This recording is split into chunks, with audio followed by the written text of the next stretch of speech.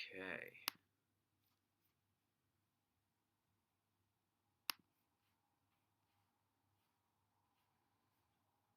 Okay.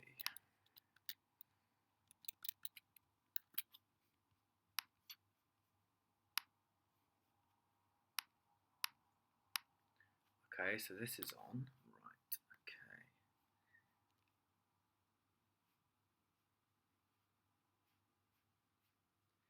YouTube is saying that my stream health is good. Hello, everybody. How are you? Stream health is excellent. Wow. Hey, guys. I'll be right with you. I'm just going to post everything everywhere. Everything everywhere. There's the link. Right? Yes. Hey, Liv. Hey, Des. Samuel, hello. Beatrice, Hannah. Wow, hello, everybody. Thank you, Zoe. Thanks so much. Right, let me do this. Let me know about the quality and how jumpy or smooth it is. Because I'm in a hotel at the moment, and hotel Wi-Fi is usually the worst thing on earth. Right, so link.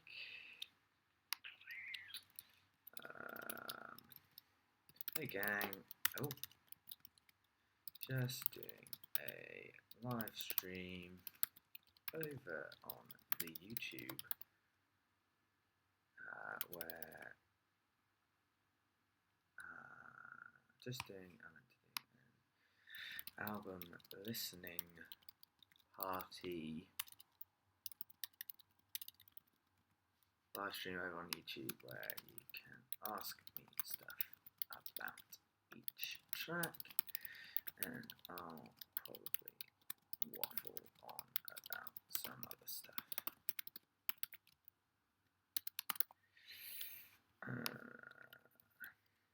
Publish. Now let me do Twitter because I forgot Twitter last time. Hey! Oh, the stream health dropped to orange. What does that mean? Okay.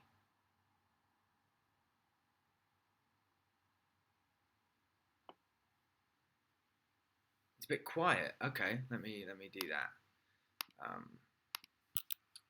Let me do that.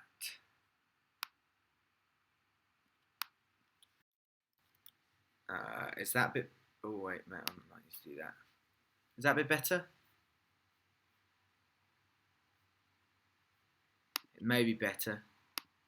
If not, I can push it a bit more, I think.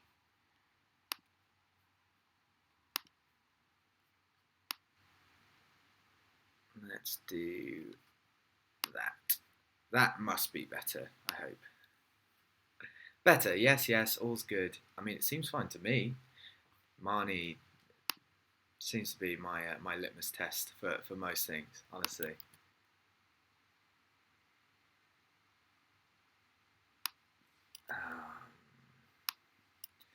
Sorry, I should have done all of this stuff previous, but I was so concentrated on getting the stream up. On YouTube, where you can ask me about each track.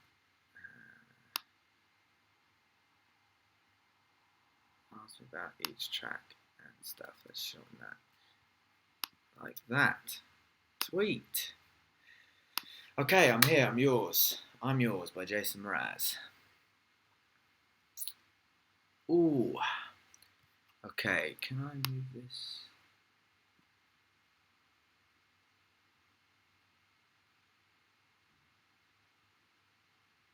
It goes there, right? Please.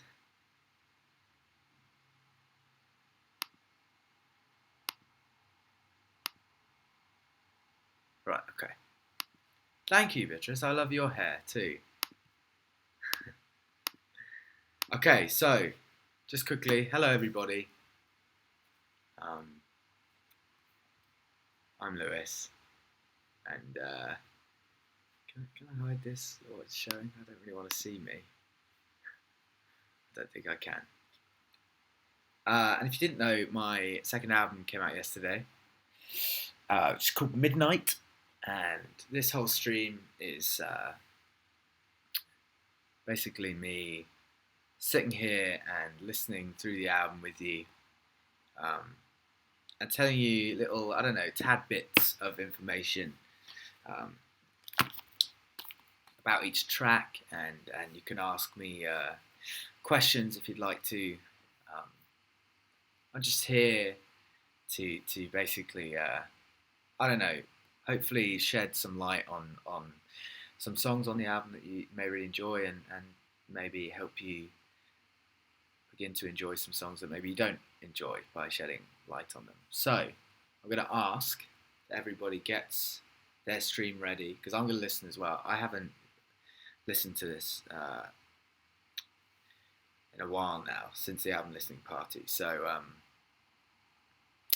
yeah, so I'm going to show you that I've got Maybe We're Home up ready. I haven't pressed play yet, but I want you guys to do the same too, because otherwise it's just going to be 3 minutes and 42 seconds of silence.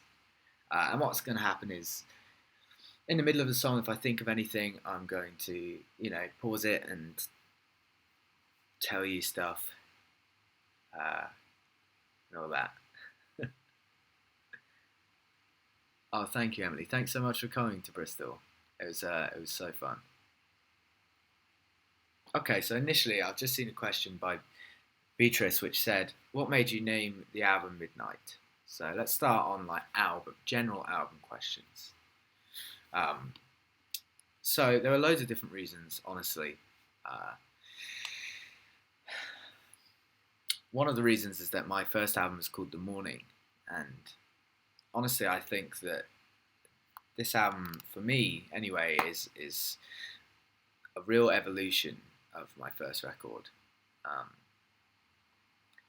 and I wanted to show that in as many ways as possible. And so before I'd even recorded the songs, and actually before I'd even written some of the songs, I knew that I wanted to call the album Midnight, just because I really wanted, as I said, people to be able to see this not as another, The Morning, another first album. And so far, it seems like it's worked, and a lot of people have, even people that didn't really enjoy The Morning, which is fine, have listened to Midnight, and so far have really enjoyed it, and that's something that for me is really nice. I'll always love The Morning. That was my first album. I'll only ever have one first album, and I do. I'm so proud of that record. Matt, my manager, and I really put a lot into that album, and so it's my baby, honestly. It is. But it was great to make Midnight the way that I did. It was very different, and as I say, I wanted to showcase that as often as possible. So the title, the artwork, the music, the songwriting, I feel like is all a real step up from The Morning, and so yeah. Also, the secret track on The Morning was called The Morning, and that's like the reason that we named the album The Morning. And the secret track on Midnight is called Midnight, and so it's something that it just worked out, and it's something that I had planned for a long time, and so I'm glad it worked out. And also, when The Morning came out, everybody was like, "What are you going to call the next one?" The Afternoon, lol. And so I kind of wanted to close that chapter, at least for now. So Midnight is the end of the day. So yeah, who knows what the next album will be called? God, I'm not even thinking about that right now. Thank you. Everybody's saying that they really loved The Morning. Thank you very much.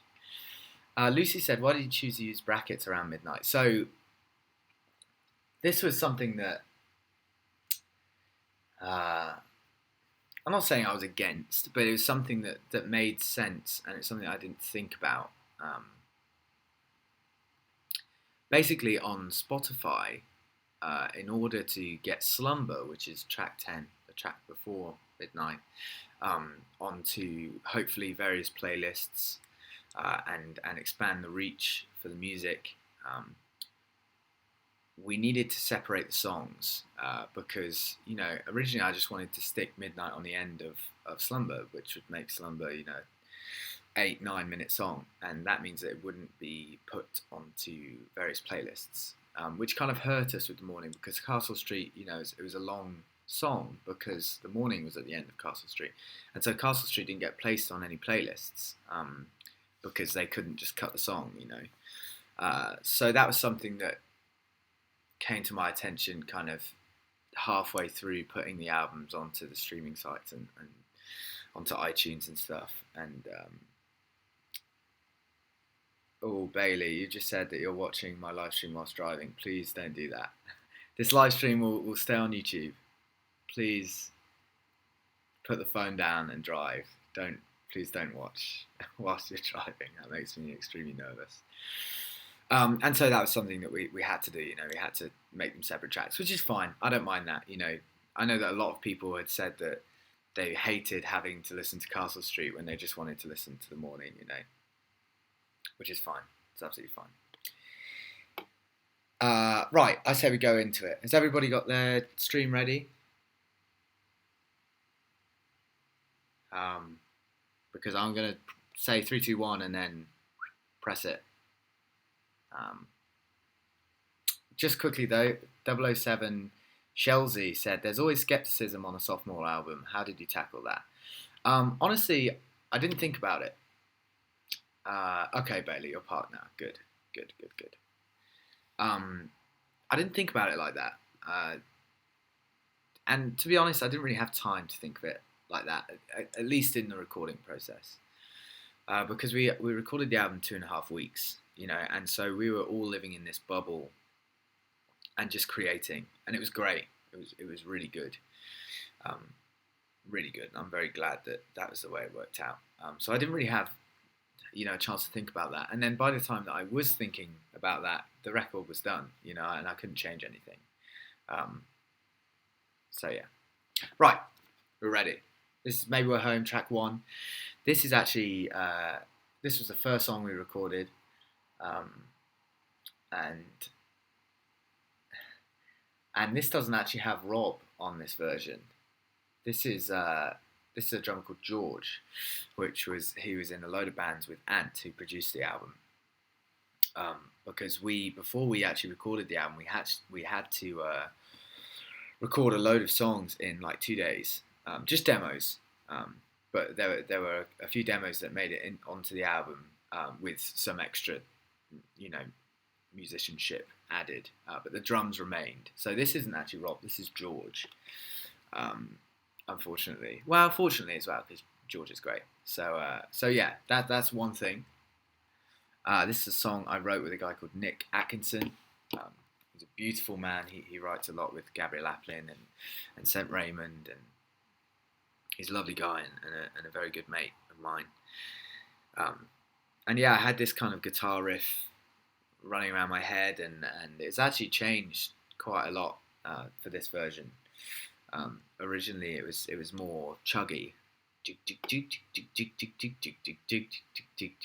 rather than picking a picking pattern. So yeah, I came to him with that, and we basically just started. What Nick is great at is melodies, and that's something I really struggle with. So he started, singing melodies, and then I kind of built lyrics around those melodies, and he chipped in with lyrics and I chipped in with melodies, and it's a song written about basically being sad and just embracing it, being absolutely okay with that, realising it's what makes us human, and that you can't have the highs if you don't have the lows, and yeah, that's what this song is about. So anyway, here's Wonderwall. Yeah, exactly. Okay, three, two, one, boom. Oh, it's quiet. Fuck it up. Turn it up.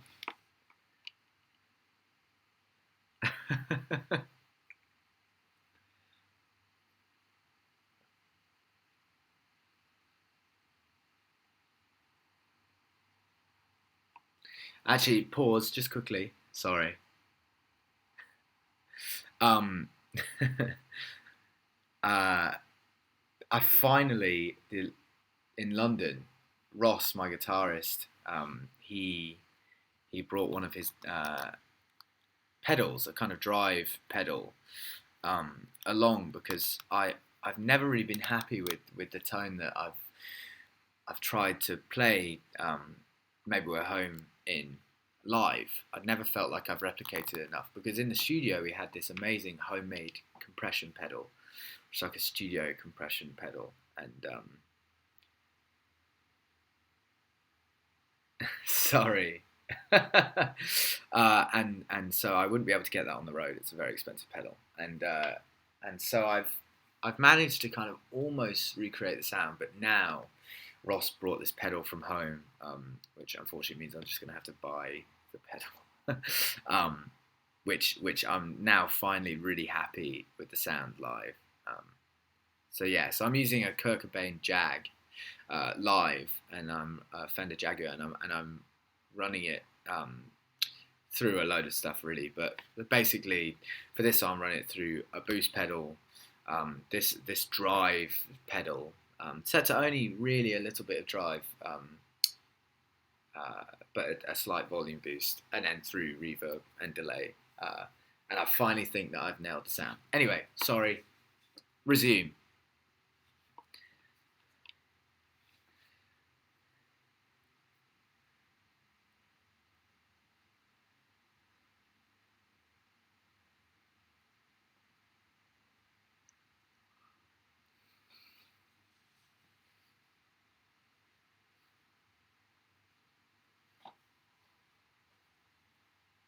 Pausing. Sorry, we've paused again. We're on 44 seconds. Um, Sorry, this is going to take so much longer. So, the drum beats. So I write like all of the drum beats for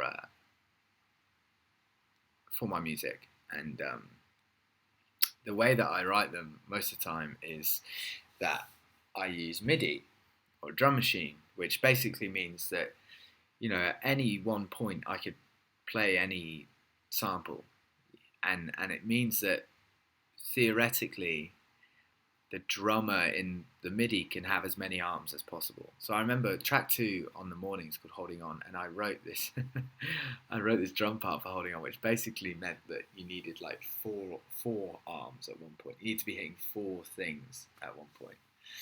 And Rob, he hears this stuff and he's like, I can't play this. It's impossible to play this. And he kind of hates me, I think, secretly. But with this, I'd kind of, again, I'd written the drums on MIDI, and we gave it to George, who played drums on this song, and he just nailed it. And Rob nails it every night. But yeah, this is kind of one of the simpler versions of the beat. I had some other versions that took a lot more arms to play. But yeah, I love this beat. This is like, it's just a really like nice drivey beat, and yeah. Anyway, sorry. 3, 2, 1.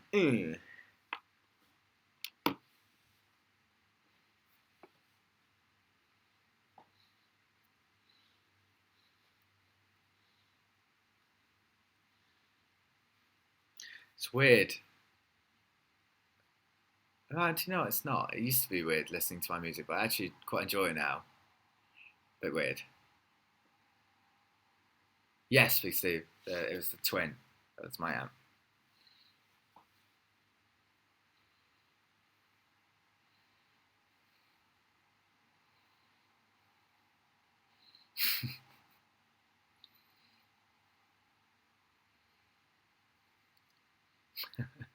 Yeah, Beth. I wish drummers did have forearms.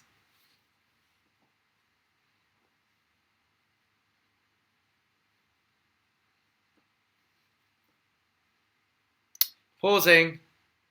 Sorry.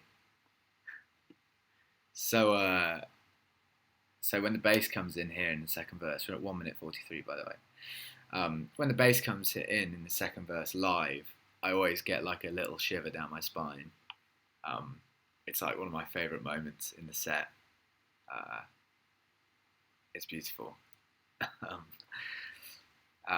yes, Steve, it's a twin. It's far too loud. I need a smaller amp. I have it set on like 1.5, and it's too loud. It's unreal. I need a much smaller amp for the gigs that we're playing now. Definitely. Anyway, sorry. 3, 2, 1, playing.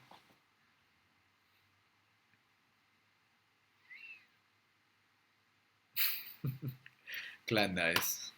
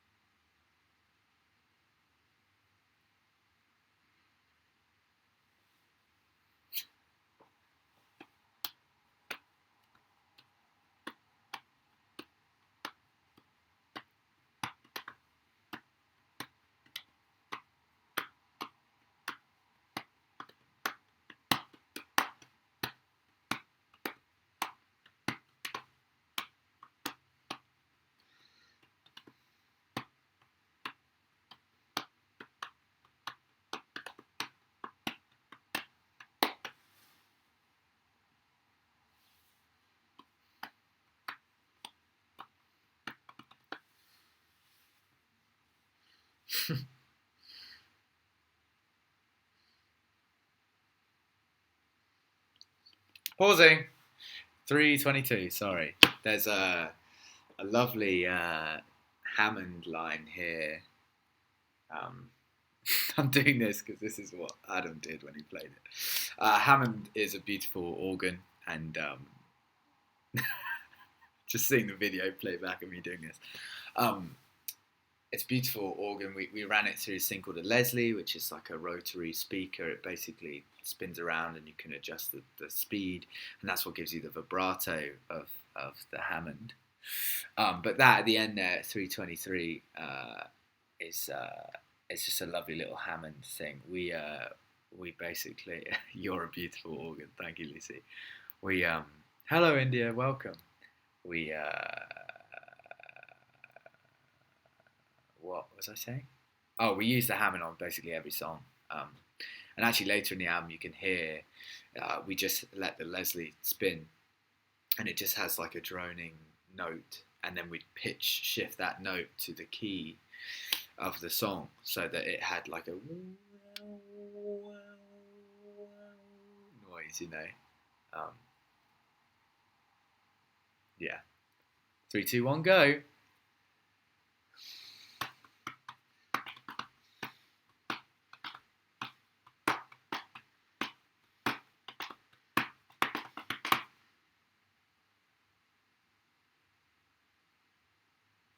The outros to these songs I really like. So the outro to Maybe We're Home there is, as well as like the reverb and everything you hear, like George drop his sticks and stuff. I really like how it gives its context.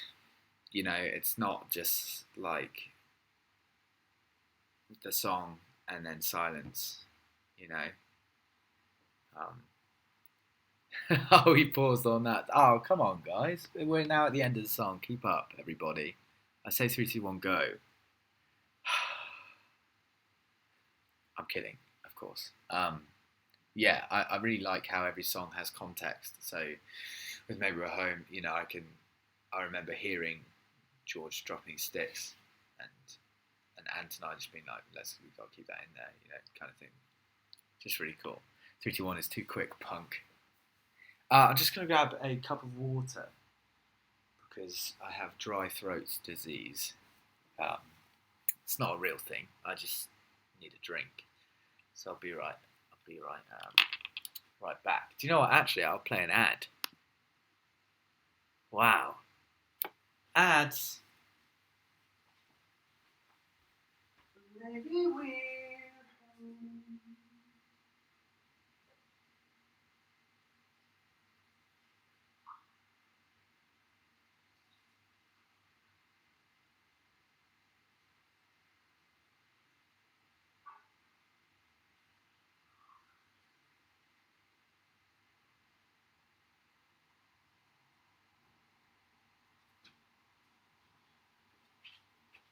Gotta make that YouTube money, guys.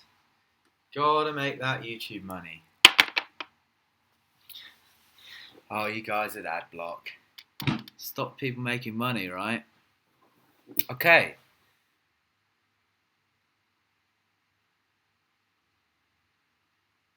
Oh, didn't ad not play? Alright.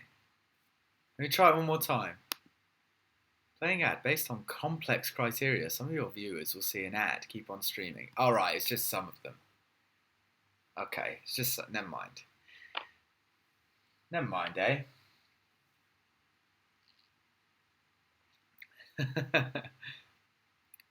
Right, okay. So, I had to get 2 cups of water because it can be tiny cups. This is now track 2, Little Light. This is something that the demo for this song, I wrote this song with Oh Wonder, basically with Ant West and Josephine Vandergoot. And this song was originally just my guitar, a piano, and Ant on the electric guitar. And I knew straight away the beat that I wanted, straight away. And we didn't have a kit in the studio that we wrote the song. We wrote it in Josie and Ant's old studio at the bottom of Josie's garden, and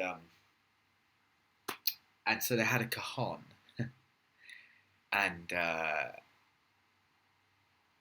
so I was like sat on the cajon playing basically the beat. Oh, my dad's here. Just playing. Basically, and of course I hate the cajon. I absolutely hate the cajon. I don't know why. I think because the kind of the process I took in kind of when I started out was to do a load of open mic nights, and every open mic night there was somebody with a cajon, and it drove me nuts. Just drove me nuts. And so we didn't record the cajon, and so the demo version didn't have any drums on it. So only really Ant, Jason, and I knew how the song would sound, and so we basically showed the demo to everybody, and people were like, yeah, it's not bad. It's got an okay chorus, and it's not that bad, and whatever. But we just had to basically say, like, please stick with us. It's going to sound so much better. So much better with the drums. Please stick with us. Please stick with us. And I remember sending the version with the drums to everybody, and they were like, yeah, this is massive. This is amazing. Congratulations. Blah, blah, blah, blah. So it's something that was like super, super cool in order to do that. And in order to... And that's what, people ask me a lot, what's the difference between being signed to a major label like Warner Brothers and being signed to an indie label like Cooking Vinyl. And although at the time, I wasn't signed to anybody, I did this by myself and with the help of, friends. With Warner Brothers, I doubt I would have been able to make that decision. And it's not specific to Warner Brothers. With major labels, because they hear the demo and they get, it's called like demoitis, basically, where they basically think that that's it, that's the final song, and that's it. You know, it can't be expanded on, it won't grow, blah blah blah. And so I was able to basically tell everybody, no, look, this song will be on the album. You just have to trust me, and you know, wait until we get Rob on the drums, and you'll hear it. And so that's something that is just so great about doing it yourself. And I'm not saying that major labels don't work, because they do. Of course, they work for people. You know, they work for lots of people, but it just didn't work for me. And so this kind of process for me was much better, and I was much happier doing it this way. Also, the drum beat for this, again, I told Rob what I wanted, and he said, I really wish you'd warned me, because I haven't played a shuffle beat in years. And we were like, oh, it's fine, don't worry, you know, just give it a go. And the take on this record is like the second or third take. Rob nailed it, absolutely nailed it, and he does every night. And I love hearing him play this beat. It's something that was, you know, I'd expected it to sound good, because Rob, my drummer, is a fantastic drummer, but with this beat in particular, he just nailed it, and I absolutely love the character he brings to it. And yeah, let's listen. And he only needed 2 hands for it, exactly, Joe. Let's listen to Little Light. You ready? I'm going to go 3, 2, 1, go. Okay, so on 4, really. 3, 2, 1, go.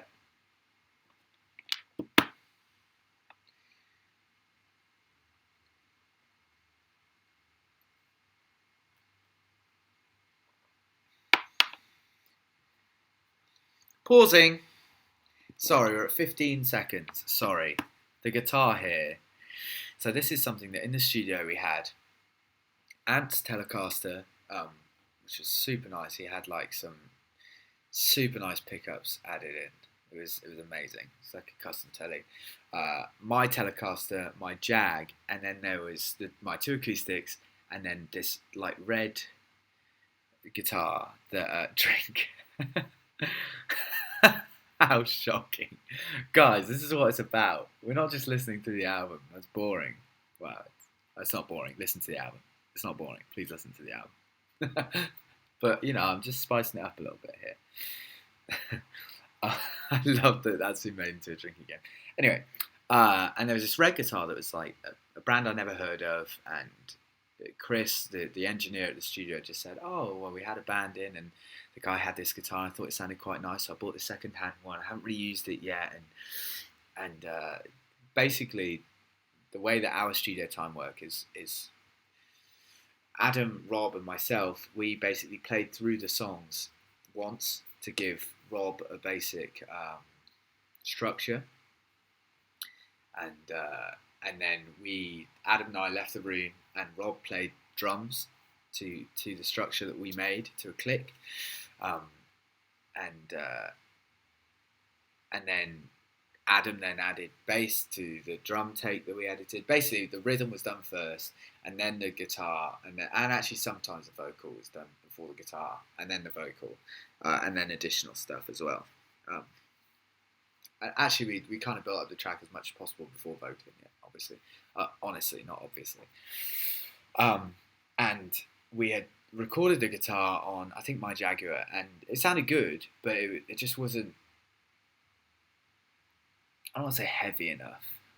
It's not heavy, but you know, it wasn't big enough for me. And so I'd said to Ant, oh, let's just try the red guitar. And he was like, no way. I think we called it like the red piece of shit, like the whole recording time. And he was like, no, it's not going to sound good. And we plugged it in, and it sounded incredible.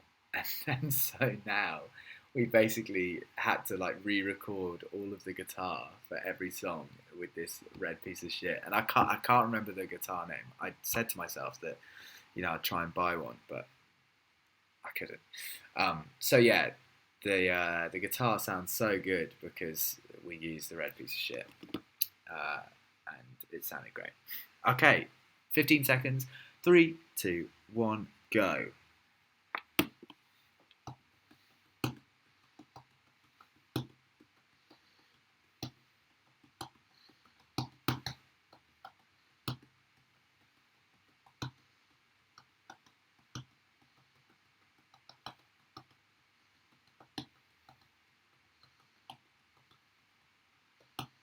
Boom, boom, boom.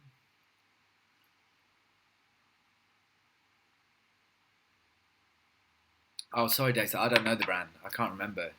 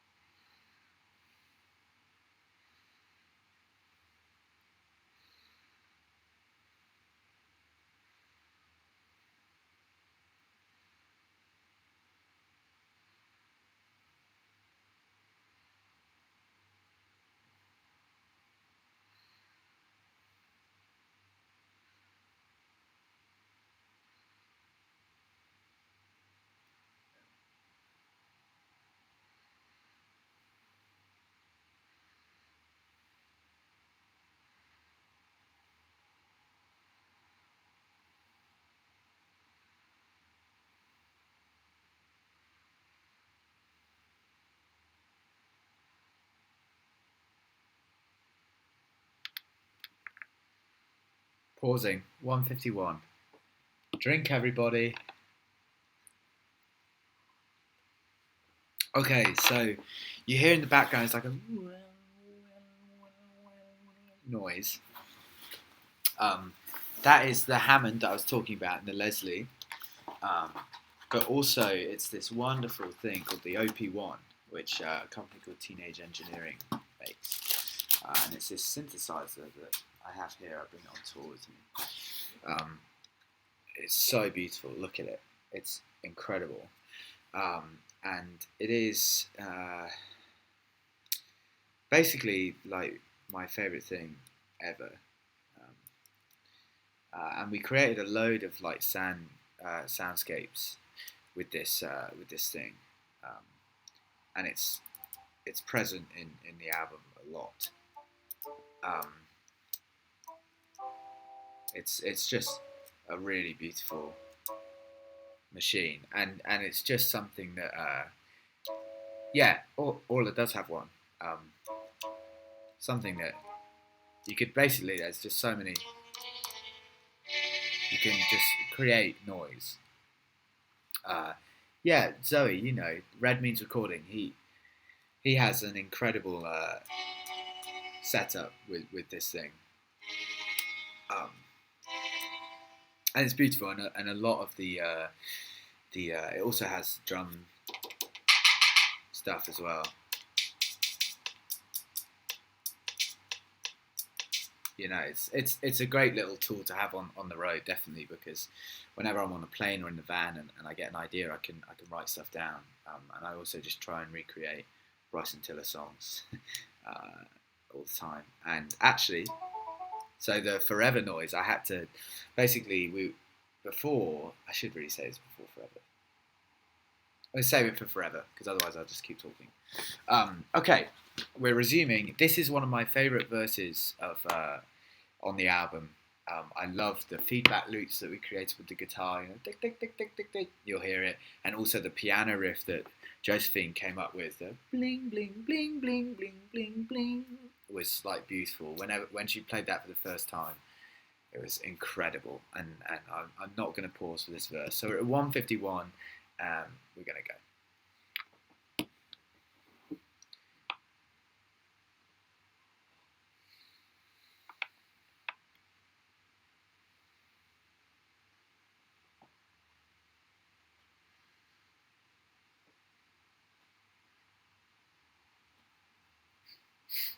Oh wait.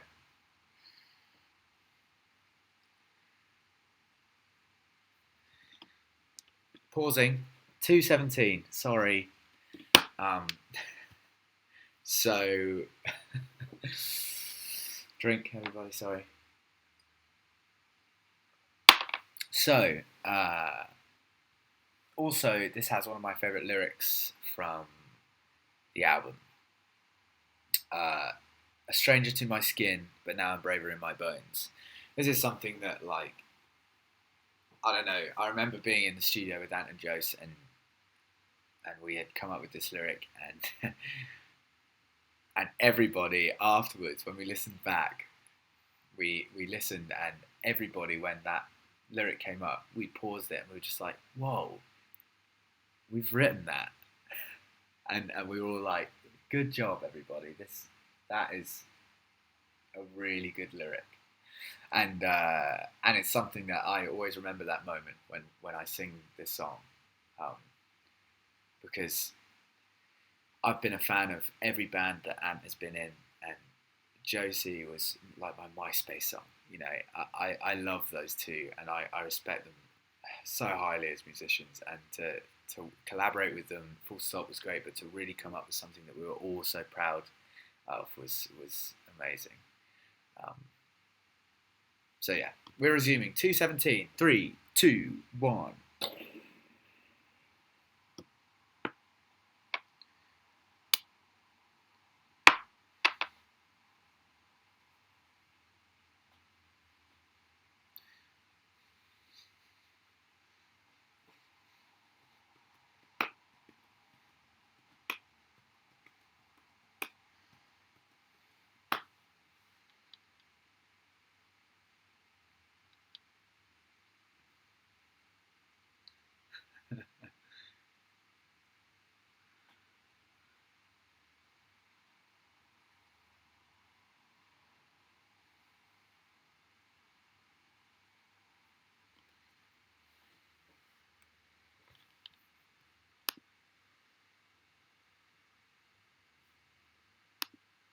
This is where I am.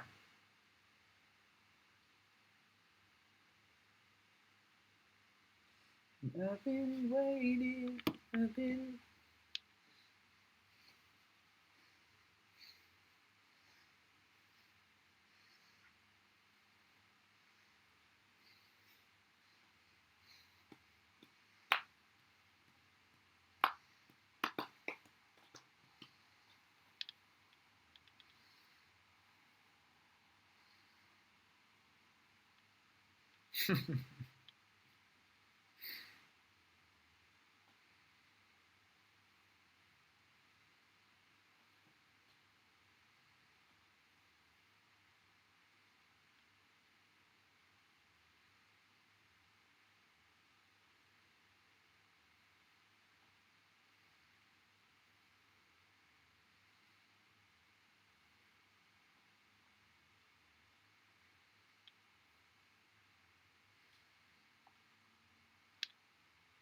Oh, we got the outro as well.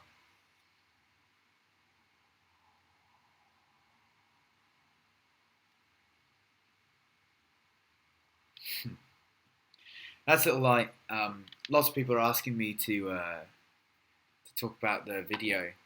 Um, oh, everybody's saying it's buffering. I've been told that the stream is healthy. Let's see if it's dropped any frames.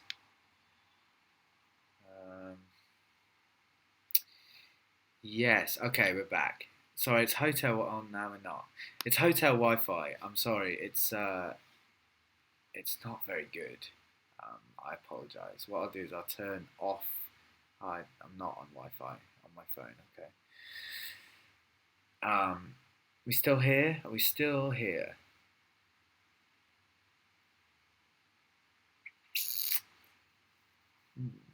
Seems like we're not. Okay, we're back. We're back. Okay. Um. So this the 360 video thing was I had a gig last year in May at Bush Hall, and there was this company that approached us called Melody VR, and they basically said that they wanted to come to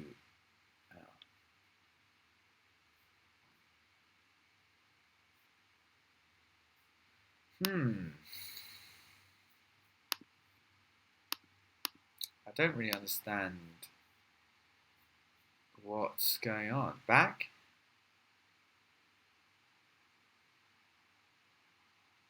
Think that we're back. Okay, back. They basically said that they were going to come to the gig and set up a load of 360-degree cameras, and then what would happen is was people could then buy the gig, and they've done it at a load of different gigs as well. Um, people could purchase the gig on a website and then be able to put on their VR headset and be at the gig, from the different perspectives. So there would be one on stage, one in the crowd, one at the in the photography pit, whatever, and so it they did that, and I'd said to them, "That's so cool. Are we able to do a music video like that?" And the guy was like, "Yeah, I guess it'd be easy enough." And I was like, "Well, I have this song that we're gonna be releasing soon, and I'd love to have like a 360 video ready." I'm like, okay, cool, yeah, let's do it. It's easy enough. And so Matt found this great location in like Hackney, which was like a building site, and we just all got up onto the roof and played the song through into this camera, which was great. And what did my dad say? Everybody's saying something to my dad. Couldn't see it. Anyway, Deep the Water. This is one of my favourite songs from the record. I wrote it about being used, about giving up 100% of yourself and only receiving very little, if anything, from the other person. Um, you give me nothing when there's nothing else, which means like when I'm really struggling, when everything is gone, you're nowhere, and you don't provide any support. Then you come running when you're running out. It's like, but when you're struggling and you're running out, you expect me to be there, and yeah, it sucks. And I really hope that nobody is going through this. But if you are, I hope that you could find a bit of comfort in this song, because I certainly found comfort in writing it. But yeah, song called Deep the Water. Here we go. 3, 2, 1, go.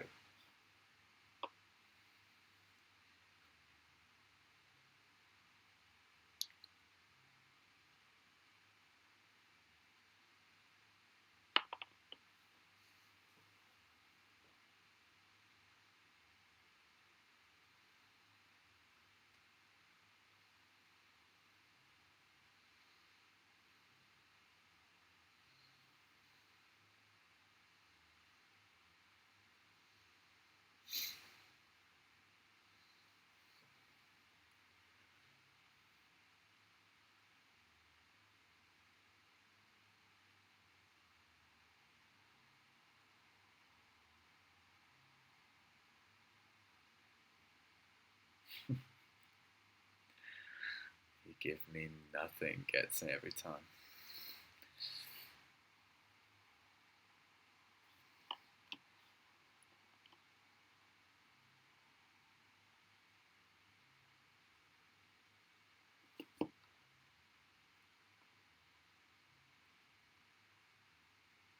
Pausing. We are at 111. 111. This is oh yeah, drink everybody.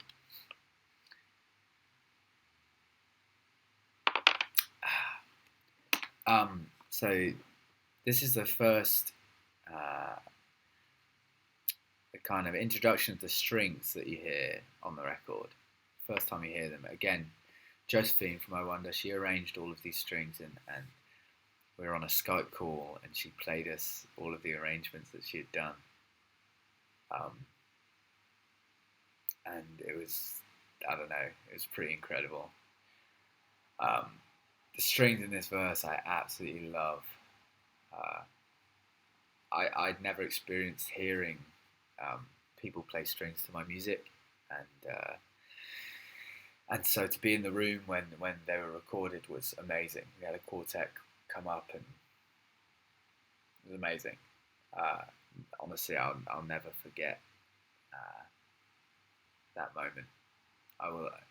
It's going to be the story that I annoy my kids with. The story they're all like, "Dad, shut up." Yeah, I love the strings in this song. Anyway, 111, 3, 2, 1. Actually, sorry, that's a drink, isn't it? Let's drink that. So I was at Pete, our like tour dad, our tour manager, sound guy. We're at a hotel near his house, and everybody's over there like having a drink and dinner and stuff. Um, and as I was about to leave, I'd noticed that Harry Styles had uploaded those 3 blank pictures, and so sorry, and so I tweeted like, basically, it's happening, and that tweet has 2,000 retweets and 3,000 likes in just over an hour. Just over an hour. My album announcement had less interactions than that, and that's been out for months. That's crazy. Holy shit. Anyway, 3, 2, 1, bosh. In July's way.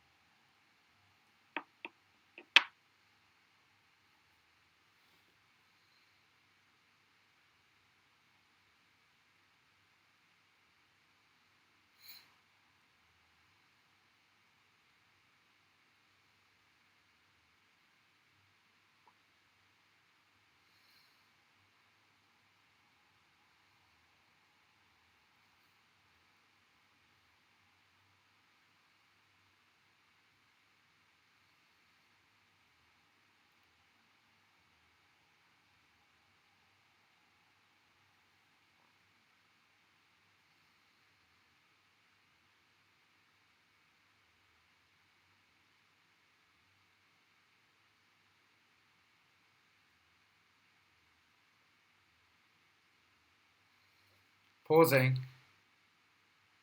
Sorry, 2:39. Pausing. So you can hear obviously my vocal, and then in the background there's a kind of. It sounds like just a delay and a slight reverb on the vocal, but that's actually another vocal that I. So in the studio there was like the vocal booth, which was like within the live room, and then there was a big like entrance hall. It was a house basically. So in the big entrance hall, um, there was the grand piano, and then there was like it was a big room. It was a big room that sounded great. It was quite a. That was the chair. Oh no, I'm not gonna be able to recreate it. That's the chair, you see. No, I'm not flatulent, I promise. Oh, um, and then there was the control room, and so what we were doing is that we basically we basically recorded me singing the vocals again, and so, 24 years old, and like the idea of me farting makes me laugh. We basically recorded overdubbed the chorus vocals, and placed them underneath, but we did it at like 4 a.m. Anne and I had a late night. And so we woke everybody up, because just above the kind of foyer is where everybody was staying. And so the next morning, everybody was like, what was going on last night? We just heard you shouting at like 4 a.m. And we were like, oh, yeah, shit, sorry. We were just recording a chorus for Deep Water. And they're like, oh, wow, that's so weird. We just heard this shouting, this wailing. It was terrifying. They basically thought there was like a ghost in the house. It's a pretty old house. And and yeah, that was pretty funny. So that's what you hear in the background of the vocals. It's not an effect. That's me singing really loud in a very large chord. Okay, 3, 2, 1.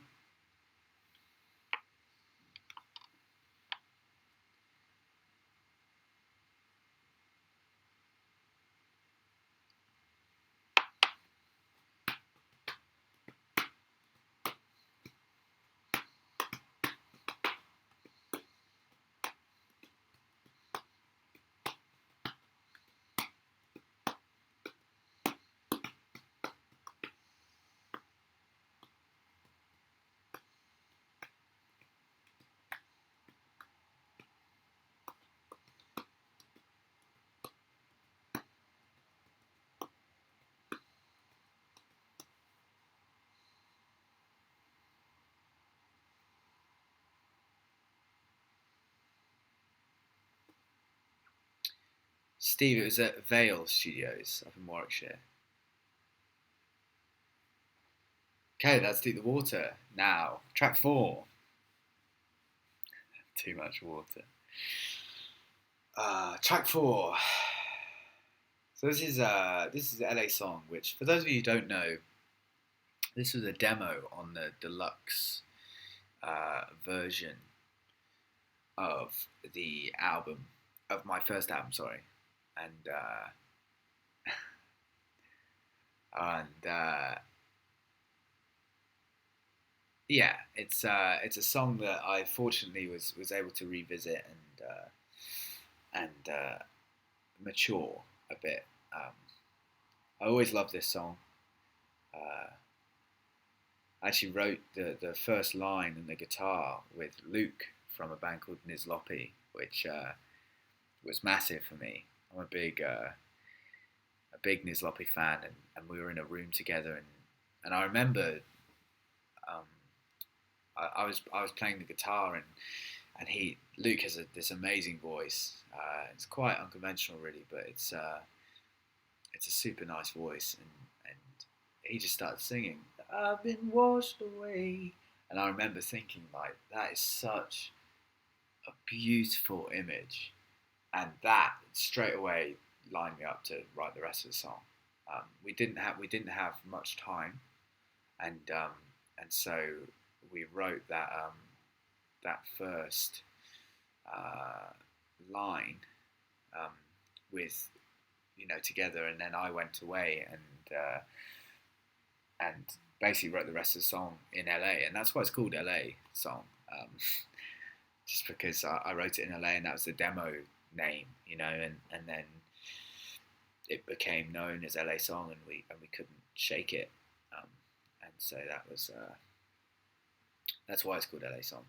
And actually, funny story, JP, who's the double bass player in this Loppy, was at the in-store that I did today in Worcester, in the record store. He tweeted me afterwards and said that he couldn't stay, and that he was sorry that he couldn't say anything. But that was really cool.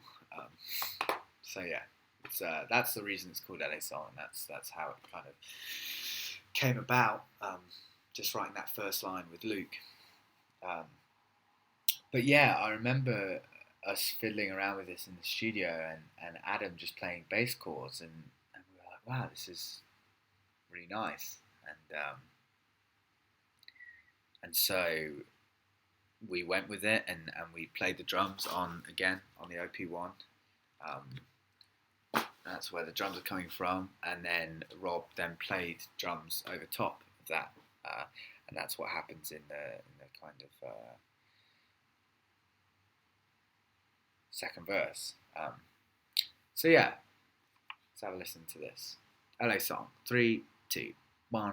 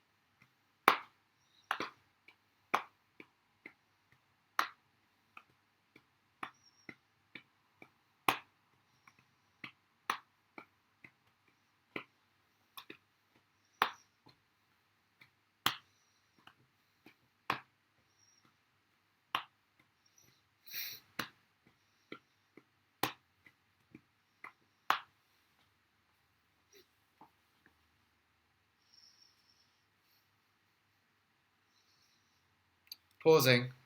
220.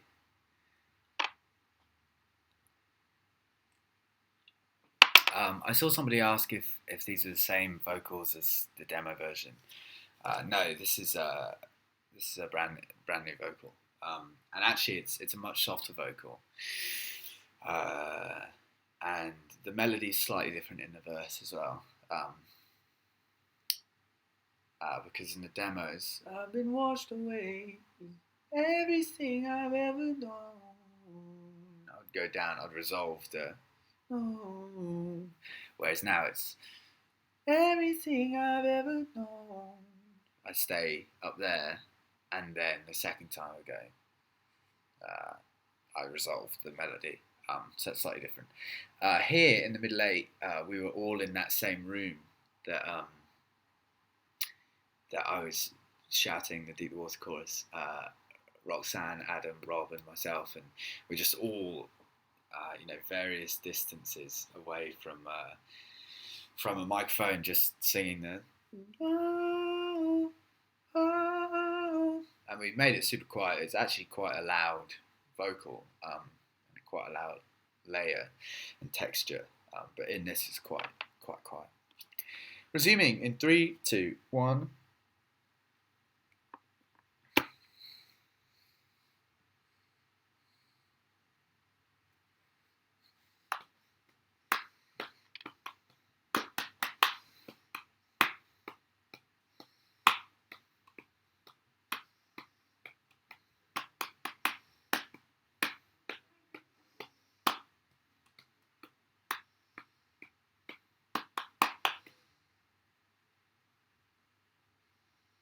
I'm not going to pause, but the piano here, I love.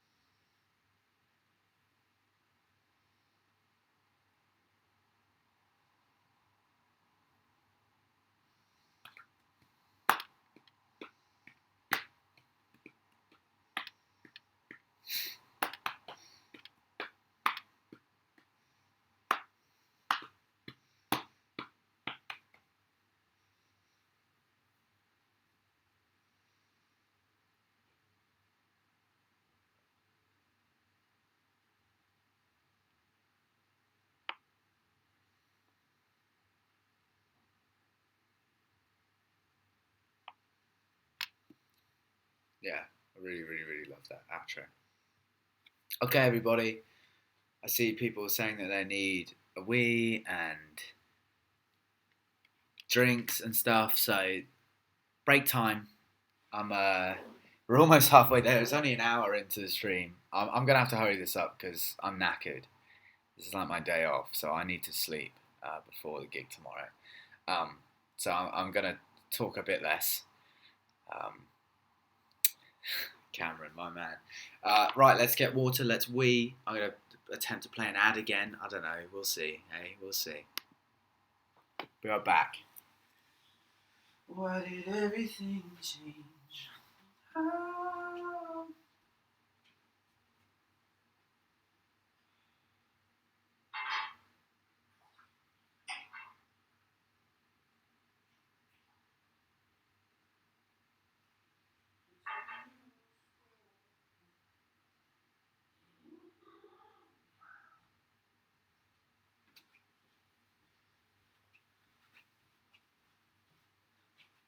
And we back, and we back, and we back.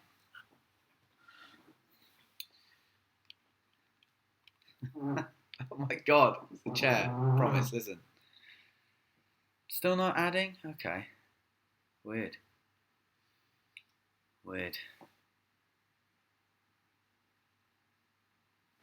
Oh, the R's aren't cut, Annabelle. They're there. You can hear them in the background. That's what I was saying earlier. We were all around one thingy, one microphone. Okay, some people got ads. Sweet, cool. Okay, this is When the Water Meets the Mountains. This is my song that I wrote about the end of the world. And um,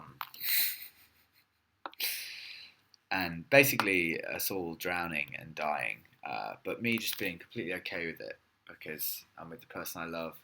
We dance to Springsteen songs, and then we just lie down and fall asleep and never wake up. And it was kind of my way of I don't know, having like a nice view on the end of the world, you know. Anyway, When the Water Meets Mountains, 3, 2, 1, play.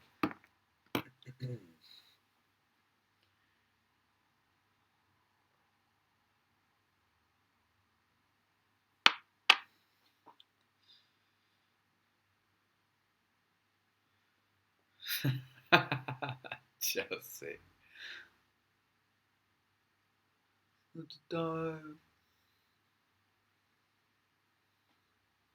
Patsy, you're welcome. Thank you for listening.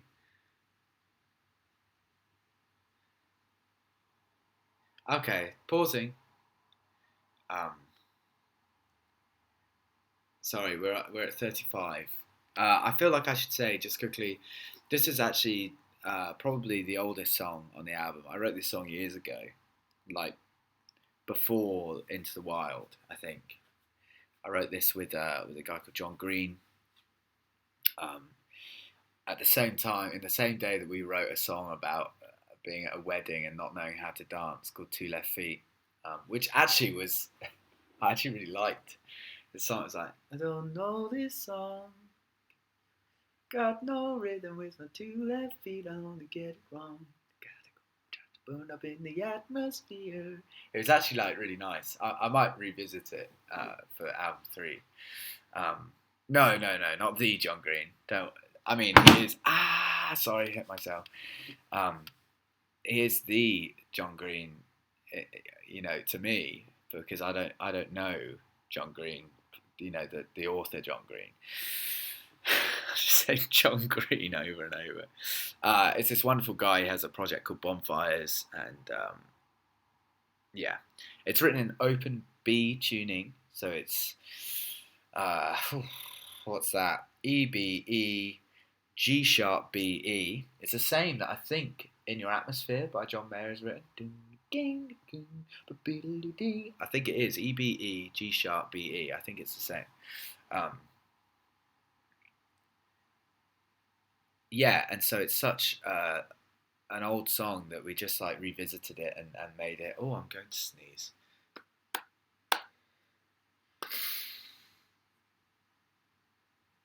Okay, no, I can't sneeze.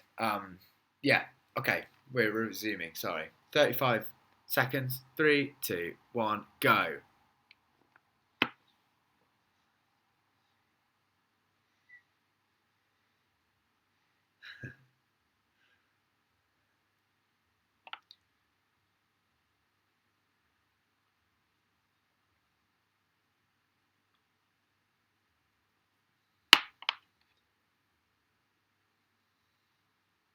Okay, in your atmosphere, slightly different. Okay.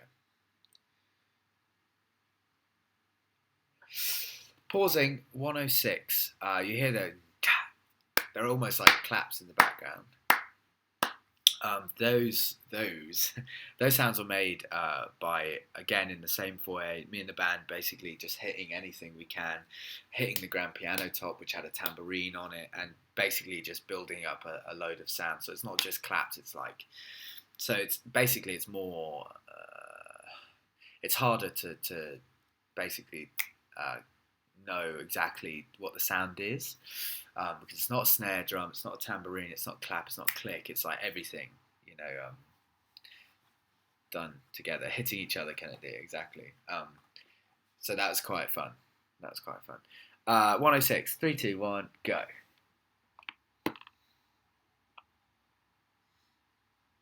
Yes, Isla, we're playing this on tour.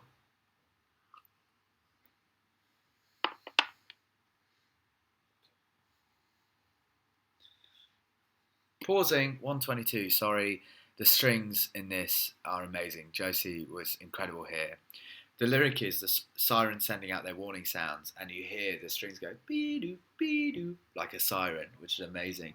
And then, but all that I can hear is you. We're making shapes out of the rain clouds, and the strings go be doo like, which is like raindrops falling.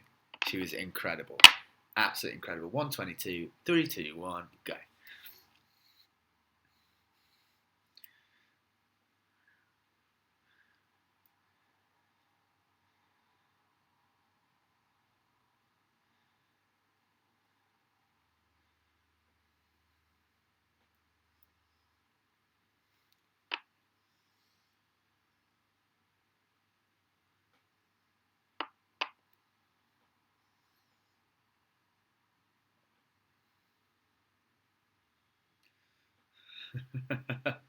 Simon.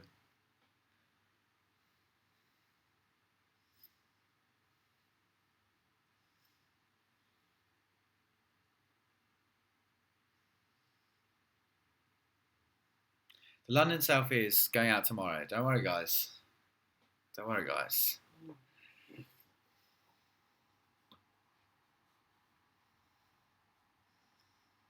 I love this outro. Really proud of this one.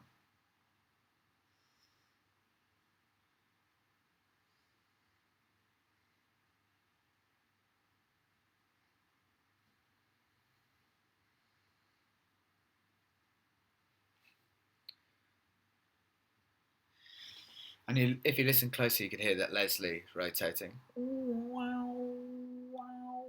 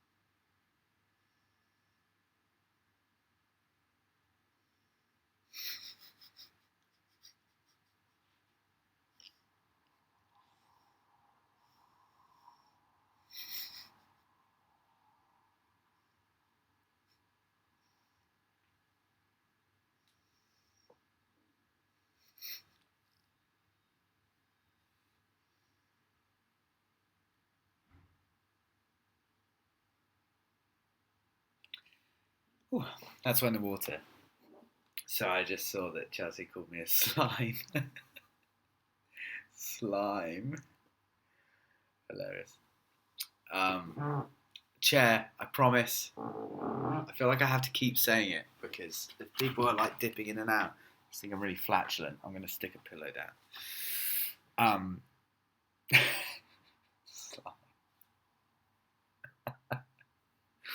I'm very excited for Manchester, Dennis, tomorrow. Right, hello, hello. This is a song that Ant basically forced me to put a beat on, again, using the OP1. um, and it's something that initially I wasn't really into, um, just because I don't know.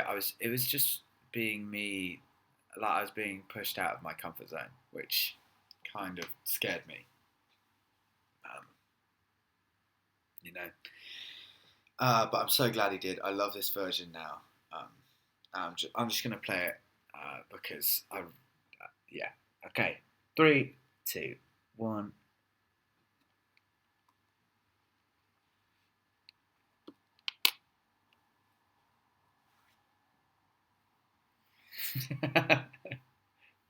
Very nice, Clemence.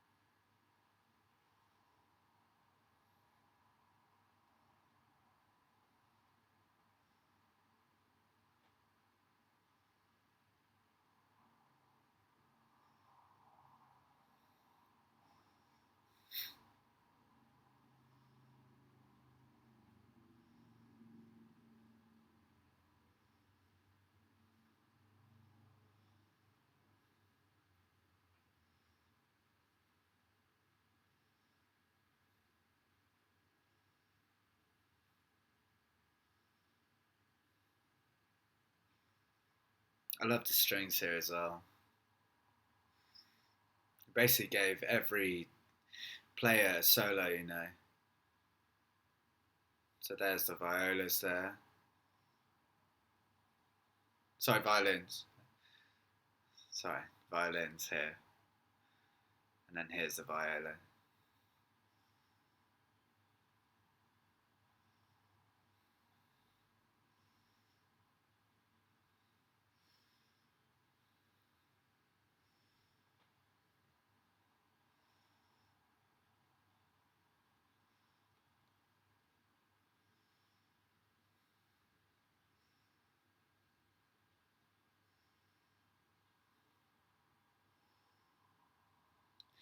And this whirly outro,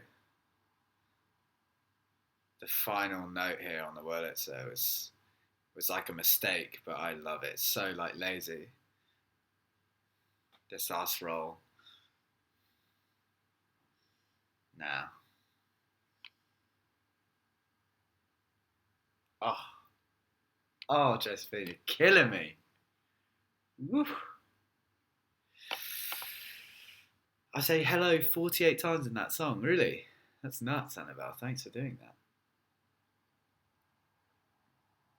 Thank you very much.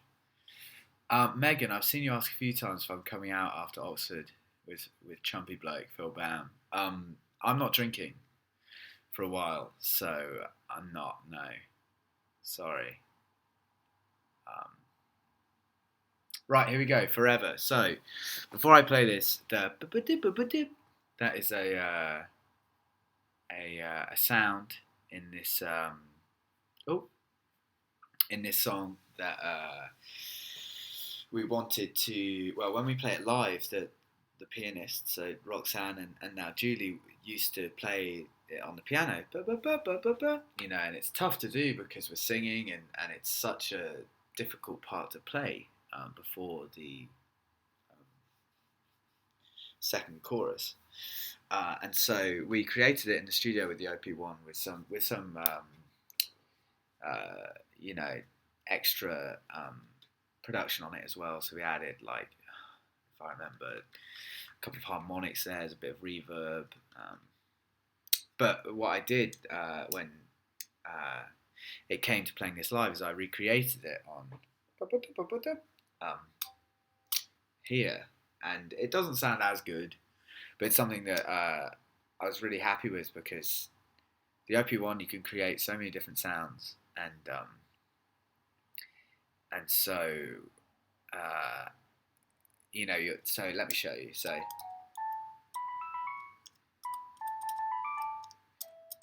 here we have like a suitcase kind of electric piano sound. God, I don't know where.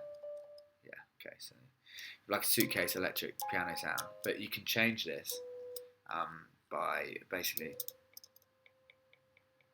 just editing the. I don't know if you can hear the differences here because it's so quiet. This is probably a bad example. Let me do a different one. So let's go with M Glide. Okay, so here you go. Here's a sound that you could basically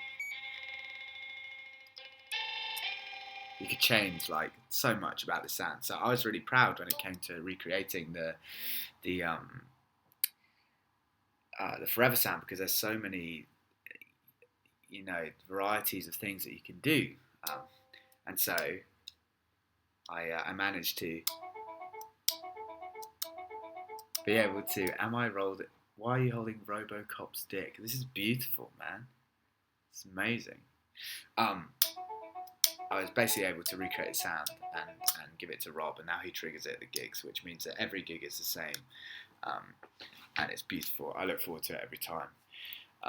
So that is, oh, I have an itchy ear. So that is what I have to say about Forever. This is also one of those where I wrote the beat and Rob was just like, look, there's no way I can play that. It's unreal. How can a person play this beat? But he nails it every night. Absolutely love it. Are we ready? 3, 2, 1.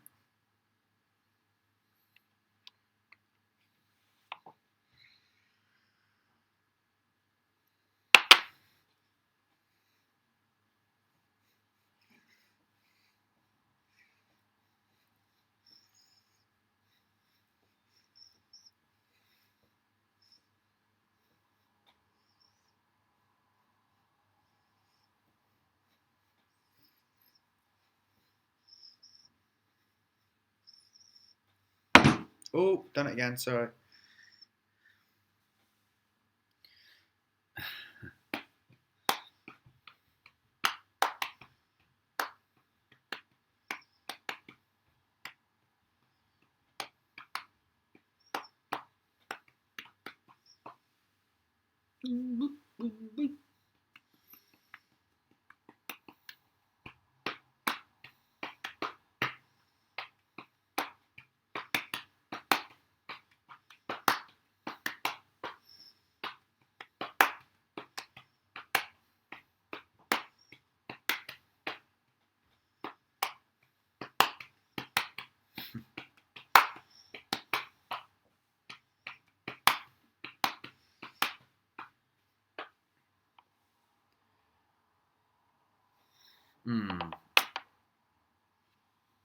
I should have done it, shouldn't I?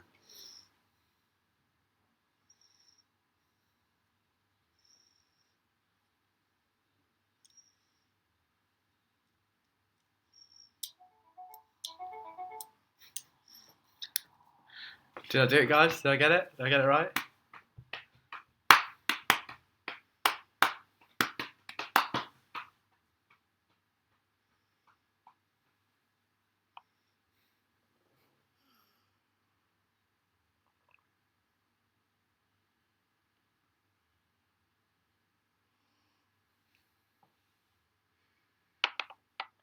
Toby, just water. Just drink water. Exclusively water.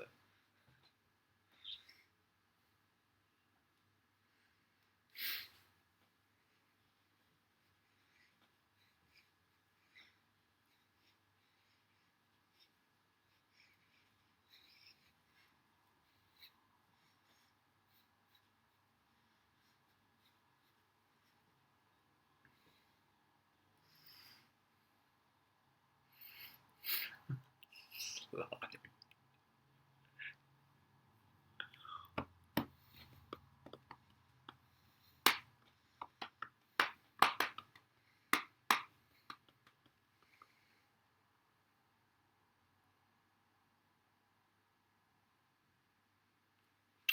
Okay.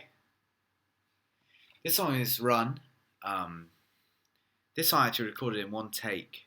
I was in the control room. I pressed record, and I walked through to the live room and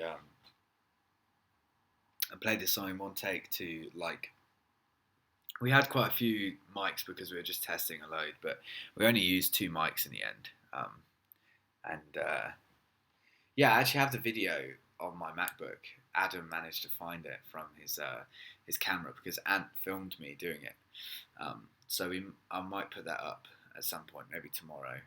Um, yeah, I'll probably do that. This is a song that was written about basically after breaking up with somebody, and late at night you find that you just need to be with them, um, and they feel like they need to be with you, and so you say, "Hey, please come over," um, and in the morning you could just leave, but I need you right now.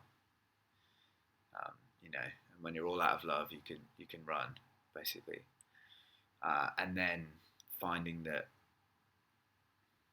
because you've spent time with them, now you kind of feel like you need to be with them more, and it's about getting frustrated that they've gone, even though you said, when this is over, just leave,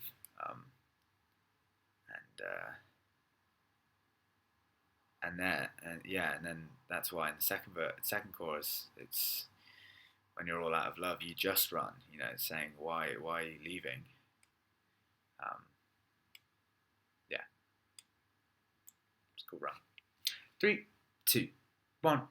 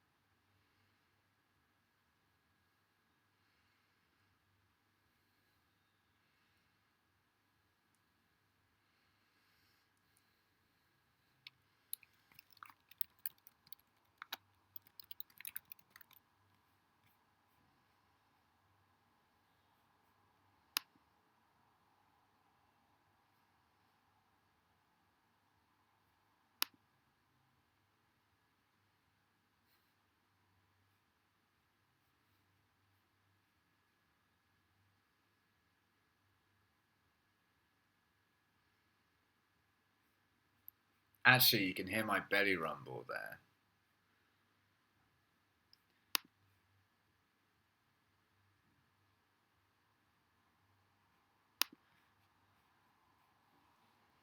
That's how raw it is.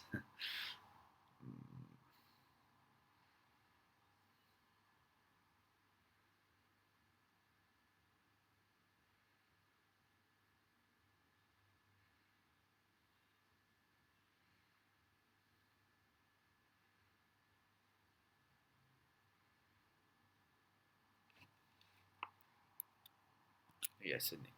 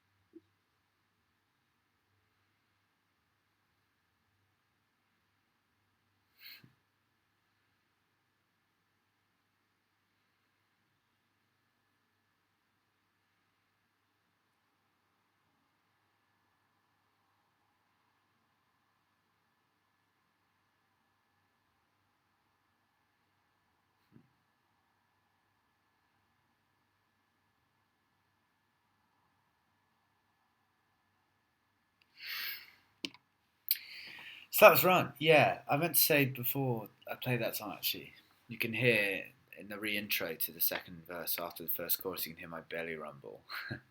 And we were discussing like whether to take that out or not. But I really liked it. You know, I thought it showed it being really raw and like not pitch perfect in that song, which I liked. I thought it was like a kind of tip of the cap to how I started, you know, just me and an acoustic guitar. So yeah. Next is Give Me Life. This is my dad's favourite. And this is another song that I wrote with Ant and Jose. And this song, again, we recorded without drums, and nobody really, well, it's not that nobody liked it, but they just thought that there were stronger songs that could go on to the album. And I always knew the exact beat that I wanted on this song, and so we took it into the studio and we got Rob to play it, and now everybody, you know, who said that maybe it wasn't a strong song, absolutely loves the song. So again, it was so good to be able to have that control and be able to make that decision myself, you know, and trust myself. Um, so yeah, this Give Me Life. 3, 2, 1, skirt.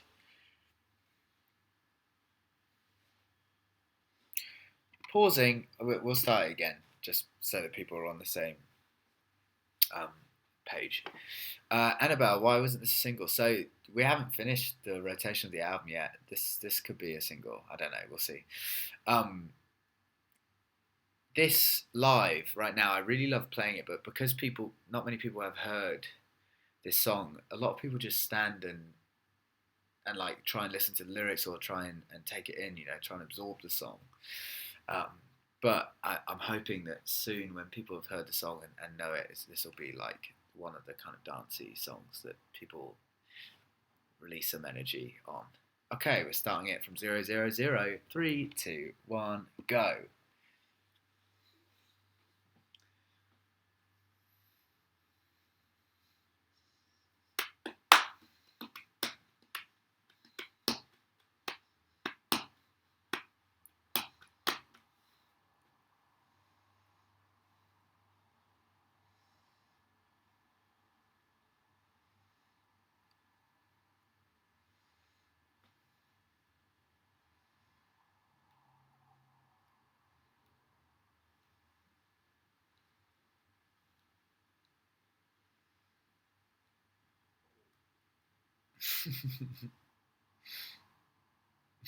whips and nay-nays. Great.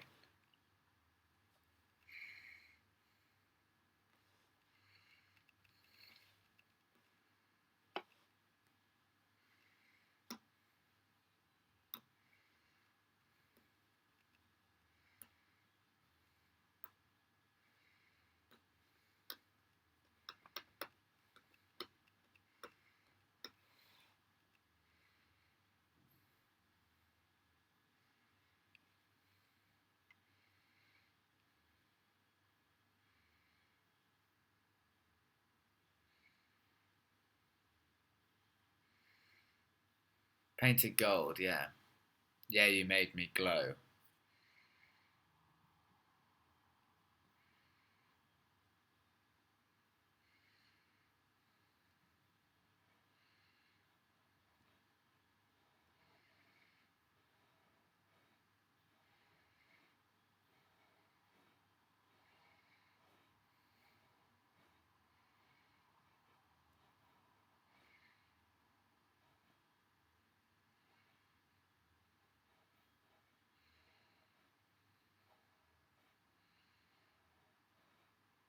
Mm-hmm.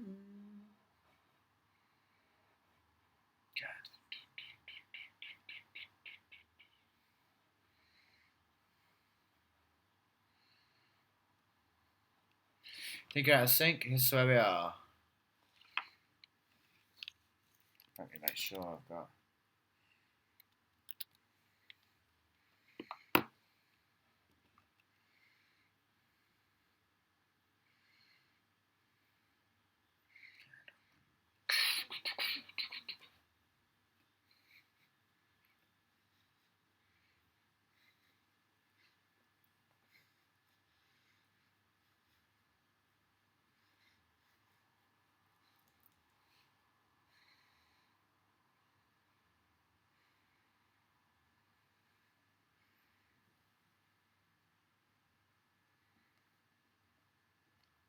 Right, there you go. There's we yeah, drummed. We got to take a shot.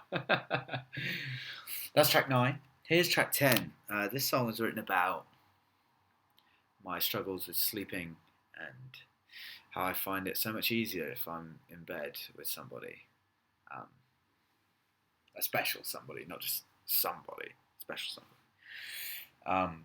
This song, as soon as I wrote this song, I knew that I wanted Lucy Rose to be on it, and such a privilege and such an honour to have her on this song, um, because I love her. She's one of my favourite singer-songwriters, and I love her voice. It's like velvet, and yeah, I was so thrilled when she said yes to singing this song.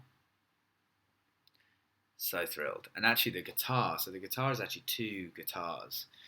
I play both of them in free time, which for those of you who haven't recorded before, basically a lot of the time you play to a click, just so that anything that you want to put over top, any additional songs and sounds and instruments that you want to put over top of the song, you can do to the same tempo and it will match, you know. So I recorded the first guitar free time. We hard panned that left, so that means that's coming out of the left ear, and then I recorded I overdubbed another guitar on the right, and this actually only took like 3 tries, which was nuts to me because it's hard to replicate what I did the first time because there was no click. I just had Ant saying in my ear like, "Oh, let's speed it up a bit, Lewis," or like, "Feel free to slow it down," kind of thing, and so as soon as I'd done that, I kind of basically knew that the song would be super easy to record, because it basically fills out the sound. Rather than having just like one guitar sound in the center, now we have 2 guitar sounds, one on the left, one on the right, so it makes everything much fuller, much bigger. So yeah, anyway, 001, or let's just go 000, slumber, 3, 2, 1.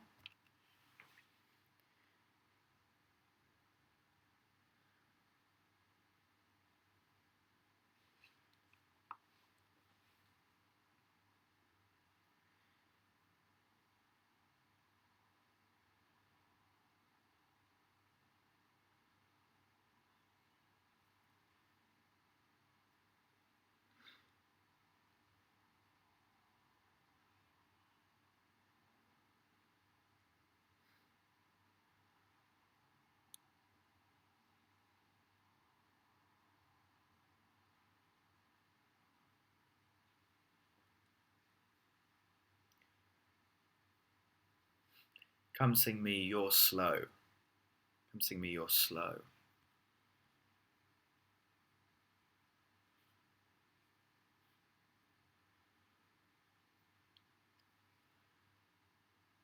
Marnie knows, Marnie knows.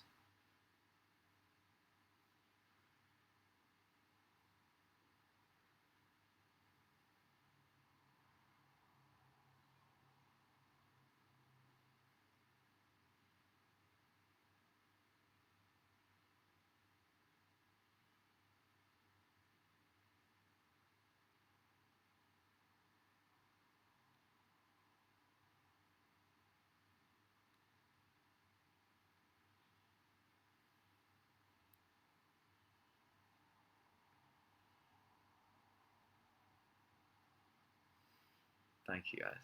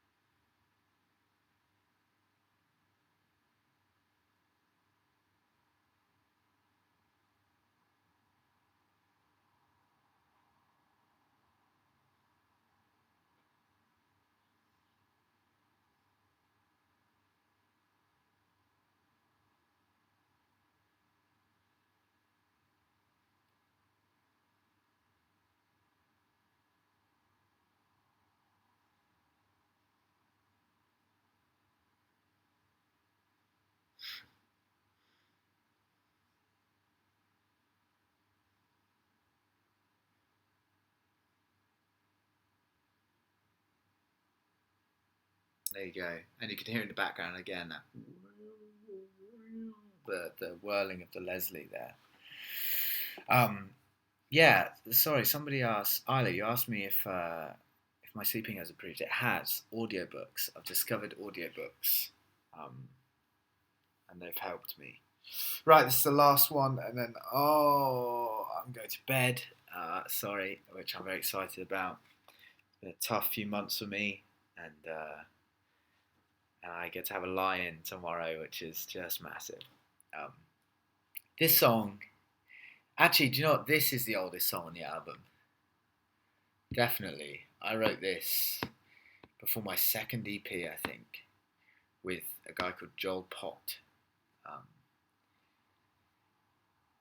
who was from Athlete. The Lost Boy. Will this album be charting at all? I don't know. It's one of those where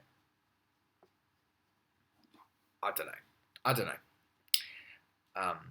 Probably not, but I don't know. Yeah, we wrote this song a while ago. It's a song called Forever originally, um, but with the album already having a Forever on the record, I knew that I wanted to have this as the secret track, and because I had said midnight in the song, I thought, and actually that was the moment that I thought this could be the secret track, could be called Midnight, and the album could be called Midnight. So yeah, it's written about. So Say Anything, a band called Say Anything, um, is they're a great band. They have a song called Alive with the Glory of Love, and in that song, they've basically written a love song from World War II. Basically, it's a love song in the midst of World War II. But they kind of make it cheeky, but there are some beautiful lines in that. He says, and if they kill me, your love will fill me as warm as the bullets, which I absolutely love that line. If you kill me, your love will fill me as warm as the bullets. Beautiful. But Miss Black Eyeliner, you look finer with each day in hiding. They're like Max Bemis, who's like the writer for World War II. Get in, amazing, Chelsea, absolutely amazing. He has a beautiful way with words, and that song, however tongue in cheek it sounds, they are beautiful lyrics. I implore you to listen to them. It's called Alive with the Glory of Love. It's like the main song that everybody listens to. It's like the Paramore's Misery Business. Everybody listens to Say Anything will listen to Alive with the Glory of Love first. But also there's Walk Through Hell, which is a beautiful song. There's Whoa, which is a beautiful song. Hey, I Can Get Sexual Too is funny. So yeah. Anyway, so I wanted to do that with this song. And so it's a song written about being in love against all odds, when intuition fades and we'll watch our city die. But it's basically just being together and being okay, basically because we're together. Yeah. So this is the final song. I just want to say a massive thank you for listening to the album full stop, but to coming here for 2 hours to listen to me talking about the songs means a lot. Having the Lost Boy asked there about charting, I don't think that it will, but if you do want to help me out and you've already bought the record, if you could stream the album very quiet in headphones. It can't be silent because Spotify knows if it's silent. But very quiet on headphones, just on repeat, when you're asleep or something, if you can charge it, or when you're at school, if you can charge it, of course, and that would really help me out. As long as it's got at least one little tick of volume, that'd be great. But I also understand that's a massive ask, and I don't expect you to do that at all. But it's something that will definitely help me out and help boost my profile, and maybe other people will listen, will start to listen. But yeah, this final song is called Midnight. I wrote this song a long time ago, and I got Josie to play the piano on this song because she has a beautiful way of playing the piano. She's like a grade 100, and she plays chords that are so colourful, and I love it.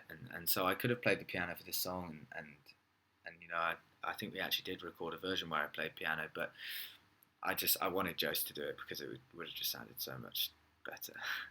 And so she did, which is great. I'm so glad she did. And yeah, it's a song called Midnight. Yeah, and thank you very much. 3, 2, 1.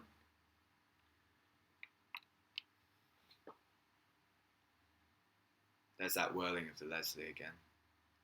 Oh, actually, pausing. Sorry. In the background here, you can hear like the. It's like a kind of drone noise that was created by basically muting all of the strings in the piano. In the case of the piano, muting all of the strings that weren't in the key of the song, and then singing into the strings and recording the reverb from that. Um, and that's something that was really cool because then we cut that up and looped it, and it created this lovely droning sound, um, which I'm really glad it sounds so beautiful. So I'm really glad that we did that. I think it'll work on Apple Music India, yeah.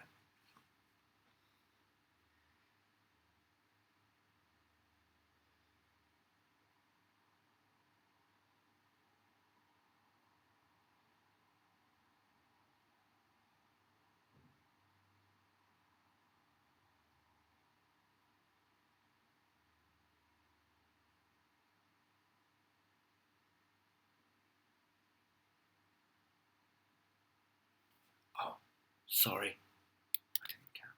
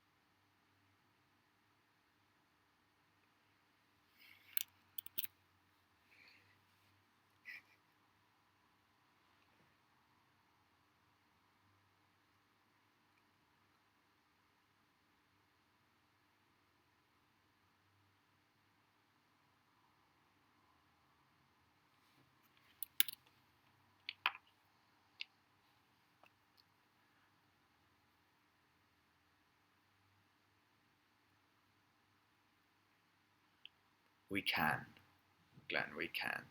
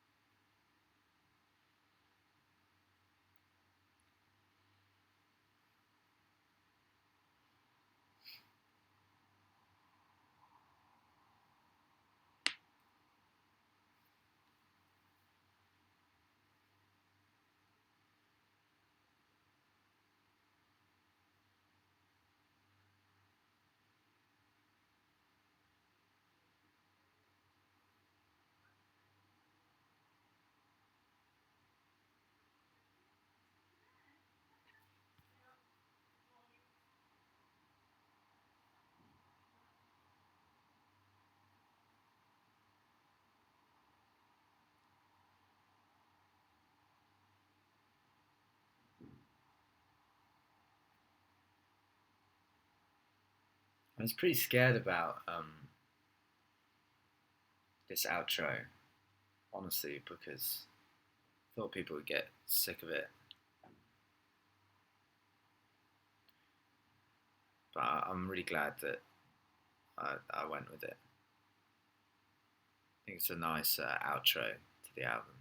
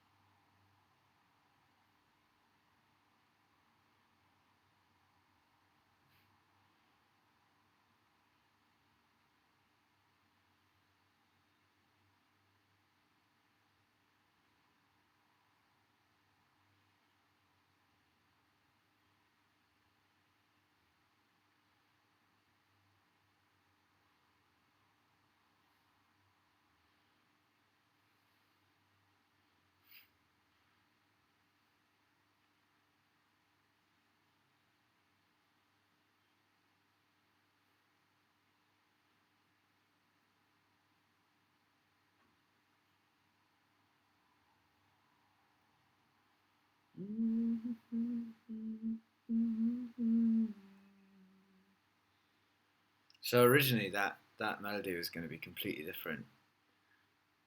I still don't know which one I prefer, but we settled on the octave. Sorry, Lily, that beans on toast thing killed me.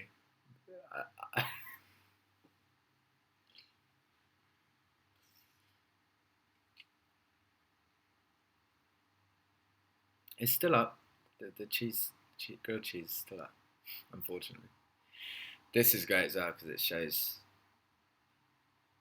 uh, basically Josie taking her foot off of the sustain pedal on the piano, and after all of the noises we created in the piano, and then she walks from the piano to the control room,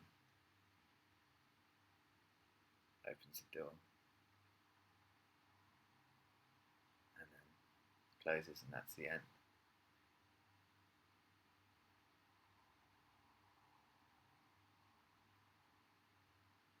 Which I really liked. Yeah, so there was originally the melody is "We can go on forever when everything's gone forever." That was the original melody. Um, but Ant and I played with different ones, and we decided on the octave. We can go on forever when everything's gone forever. We just decided on in the moment. But it was something that it just decision that we made, and yeah, um, I don't know. I think they both fill a space, um, but yeah, yeah. Anyway, thank you so much, everybody. Um, I'm sorry it took so long to double the album uh, duration to do that. Really sorry, but yeah, I appreciate it. Thank you so much if you bought it, um, and if you're streaming it, that means the world. I'll see you at a show soon, I hope, and yeah, I love you, I love you, I love you. Thank you so much.